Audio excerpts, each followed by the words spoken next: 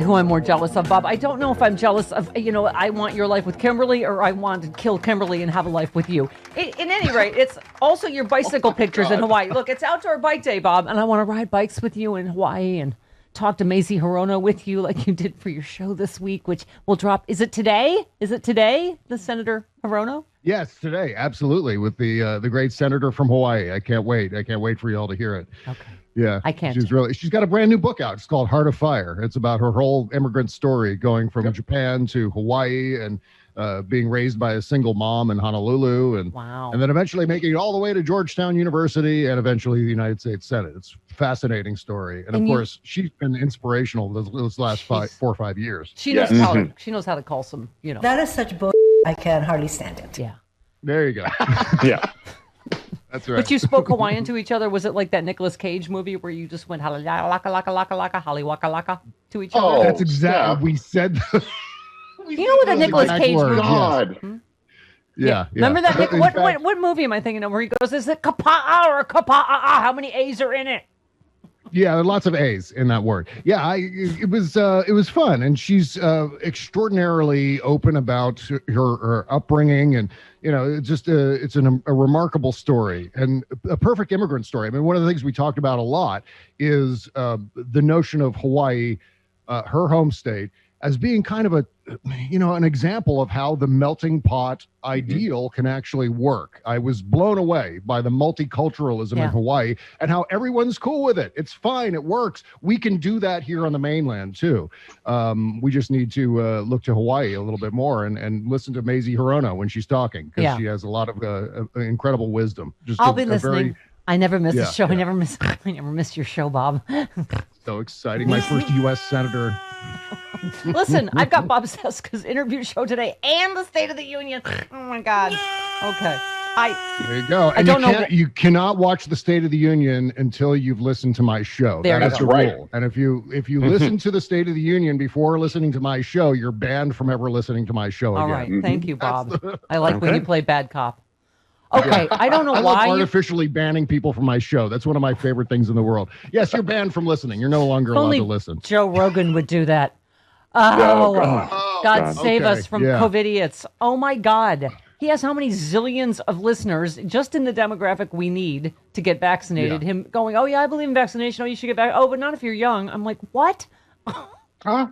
Yeah, it's so it's really disappointing with Joe, because I used to kind of be friends with Joe Rogan, and he was my first, when I started my animation studio, he was my very first client. He hired me to make a monkey cartoon for him on his site. He had a website called talkingmonkey.com, and because it was part of his stand-up bit at the time.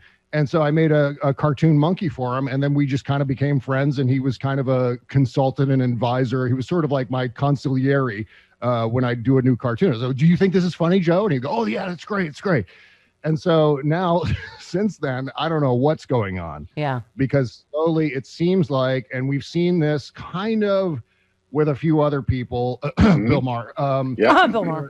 This move toward kind of this libertarian alt-right kind of conspiracy theory universe. Contrarian. Yeah. Bob, contrarian, I'm so funny. Exactly. Actually, some of my chicken scratch today is about Bill Maher, because it reminded me this whole changing mask guidance. Then, the right wing goes, oh, see, they lied to us, flip-flopped on masks. They said this thing. And then, they don't understand changing data and a novel. It's called the novel coronavirus because this is new, and scientists are getting new data. And obviously, this is what following the science looks like. Bill Maher did something a couple weeks ago. He's like, oh, yeah, remember how it was on surfaces and then that turned out to be bull. It didn't turn out to be bull.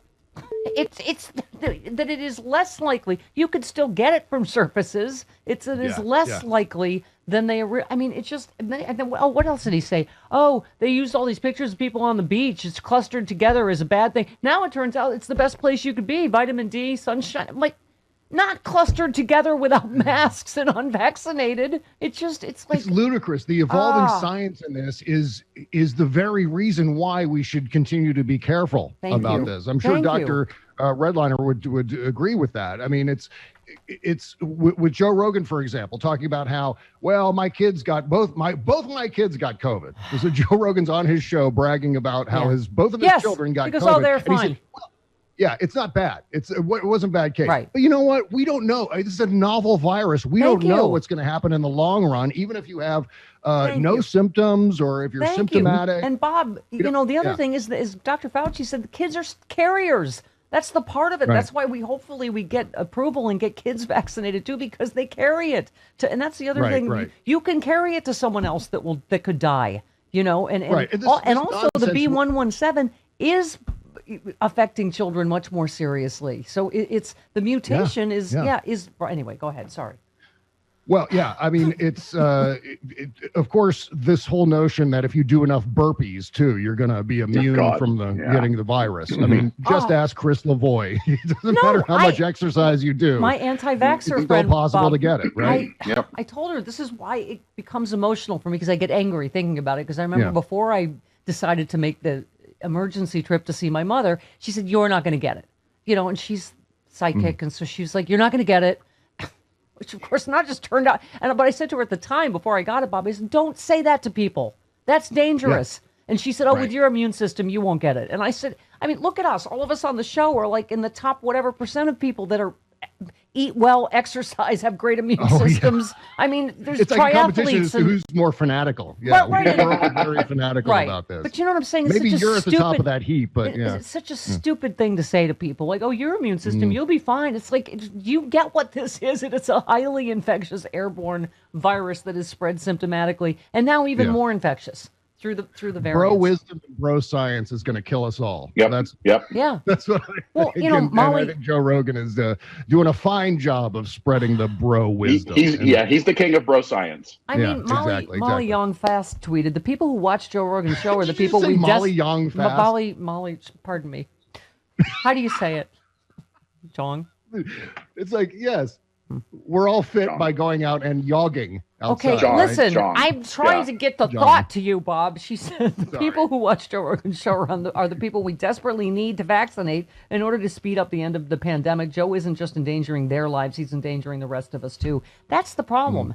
Is, people like he and Tucker Carlson have millions and millions of people that listen to them. And I don't know what we do about that, Bob. What do you think?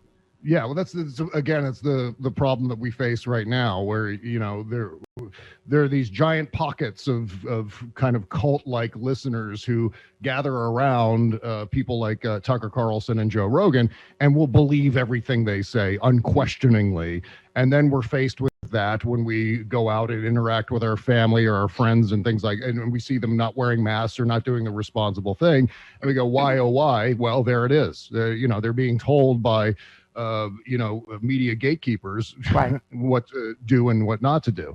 It's immensely frustrating. And that's, again, you can trace it all back to Donald Trump a year ago. If Donald Trump had done the right thing a year and a couple of months ago, then we wouldn't be in this situation at all. We wouldn't be racing to find vaccines. None of this would be going on. Yeah, because we could have done this. I mean, we did it in World War II. We all rallied together. We grouped together as a society rather than our own little pockets of ideology, and made it happen. We defeated Nazi Germany and Imperial Japan at the same time, we couldn't do it. This is what I mean, Bob. For people, you and I, that have our however little platforms, that we put all our passion, into trying to combat that misinformation. It's just so personally upsetting to me, so that's why when it's on a personal level, like a friend, I mean, I had to, and I thought, I shouldn't bring this up, but I think I told the story that she told me this a few weeks ago, and I didn't say anything at the time, that, I had a plumber coming, and he told me he just got vaccinated, so I said, get the out of here, I don't want that to be around that. I was like, okay, I just want to understand what you were telling me. Are you saying that you feel like being around someone vaccinated? Because this is what the crazy school in Miami is saying. No teachers can teach that have been vaccinated. I said, are you? And she's like, well, yes, Dr. Fluttenfarben, somebody, yes, the flu shot, it can shed virus. I'm like, what? No. Oh my God. No. And you don't get the coronavirus from the vaccine. You're not shedding. It's just, it is endlessly. I'm telling you, we now live in an era where a good percentage of the people in this country don't understand the difference between fact and fiction. Right. They're just whatever it is, whatever they see on their Twitter feeds or their Facebook walls.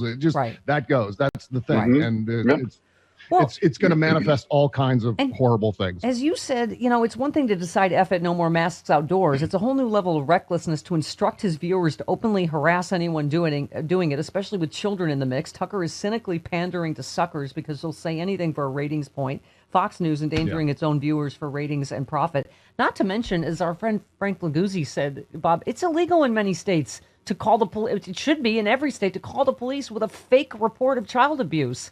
Right? And tie up you're the ones concerned about police, and you're going to tie up police with, and perhaps put people in dangerous situations because of anyway. Okay. I'm sorry. Yeah. Well, Blue Lives Matter. Right. And also, just as a side story along those lines, Donald Trump is the city of Albuquerque is sicking a collection agency on Donald Trump for about $200,000, which is great. And one of the things that money, one of the things that he didn't pay them for, one of the things that Donald Trump stiffed Albuquerque on was the security. So he's not paying the cops. And I thought that was immensely ironic that Donald Trump is stiffing the cops on his security bill in Albuquerque. And whatever rally he did there. Yeah. And Bob, you retweeted Bill Kristol about the key sentence in Carlson's rant was this: it's our job to restore the society we were born in. The destructive power of reactionary nostalgia, jet fueled by grievances real or imagined, should not be underestimated. And you just said Tucker will say whatever's on the prompter. He doesn't give a flying rip about the consequences of this kind of recklessness, about the very real violence it's probably going to cause, right? Yeah, as soon as I heard it, it was like, wow, that's a big dog whistle. Yeah, he's really not making any mistake about what he's saying with regard to, we want to go back to that white utopia of the 1950s. And that's what he's definitely delivering to his people by saying that. Yeah. And, it's just, everything that he was saying in there were counterfactual things. At the time that he did that show, he was saying that Dr. Fauci was suggesting, we don't have to wear masks outdoors anymore. And that's not what Dr. Fauci was saying. Dr. Fauci said that we will eventually not have to wear masks outdoors, which maybe 24, 48 hours later became the CDC guidance. But it wasn't the CDC guidance when Tucker Carlson delivered that monologue about the problem is nothing's people on the changed. Bike path. Nothing's changed for COVIDiots and mask holes. They weren't doing it anyway. Do you know what I mean? Like, they're like, really? We don't have to wear masks now? Like, they're the idiots that weren't doing it anyway. So it's just, I don't know. I hope, the one thing they're hoping, and I hope, Bob, that it does, most people are sane and that it will encourage people to get vaccinated because of the benefits that you can safely do. The stuff, I would think, but anyway. You heard. Well, how we know Tucker Carlson is full of crap. It's not just the fact that he's just belching out lies every night, but you can just see the cynicism on his face when he pretends to be outraged about something. Like when he pretends to be outraged about someone specific, like shame on you. Shame. Like when it was a few weeks ago where Joe Biden said something about the 4th of July, and Tucker Carlson got on his show and said, "How dare you? Shame on you for telling us what to do on the 4th of July." It's like, what are you saying, Tucker? Because all Joe Biden had said was, well, we'd love it if you could get together with your family and friends on the 4th of July. And Tucker Carlson found all kinds of outrage in that, and it didn't match what Joe Biden actually said. Right. And so you could just see the gibberish and nonsense, the made up, writer's room kind of outrage. That's what Tucker Chris said Carlson yesterday. had on display. That's what Chris said yesterday. You were trending last week for saying he can move somewhere else and you will help him pack his docksiders into his catamaran. That's right. Now you are just a prep school twerp who got a great gig finally. Finally, he's got some success. Right? Whatever, Vanderbilt frozen dinner. Okay.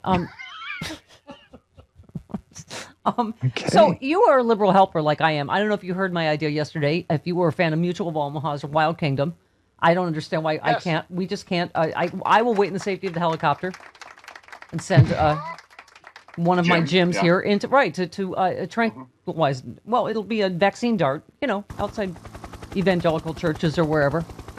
And it's not. I beg to differ, Chris. It's not against their will because it's not like I asked them, "Do you want this?" and I did it against their will. I'm not asking. I'm helping them. I'm helping them get vaccinated and be safe and save their lives. Will is very different from permission. Yes. Yeah. Well, okay. See, I thought with the Wild Kingdom reference, I thought you were going to your crawl space, like the varmints in your crawl space. It's Mutual of Omaha's Wild Kingdom, starring Stephanie Miller. The rats eating her compressor. We're up to herd immunity, ladies and gentlemen. We have personally vaccinated 80% of the population. Okay, the reason, just real quick before you go, because you are like this on gun control. You said the gun control movement needs to start regulating firearms like the far right regulates reproductive rights, trap laws for guns, restrict the number of gun shops per state, make gun sales a zero profit endeavor, or how about this, require all firearms to be pink. Get creative. I like it, Bob. I like it, Bob Cesca. Why not? I mean, that's something that we should have been doing long ago. It seems obvious. I mean, there's nothing in the Constitution, nothing in the Second Amendment that says you can't have pink firearms. You can't. Your AR-15 can't be pink. There's nothing like that. There's nothing that says that gun manufacturers, in all seriousness, nothing that says gun manufacturers and gun stores have to make a profit. Yeah. I mean, that's the obscene thing about the entire gun industry in this country is that it's a for-profit endeavor. I mean, the NRA, what the NRA is doing, they're selling guns. Is right, what they're and we did a story yesterday. There is actually an ammo shortage, and so they're having a hard time forming militias. And so we have reached Chris Rock's bullet control idea. Yes, that's right. Bullets are $5,000 now. Yeah, exactly. All right. $50,000. Bob, by the way, Team Pfizer. I want to just put my name on the Team Pfizer list. Really? Really? At two? Yes. At two? Yes.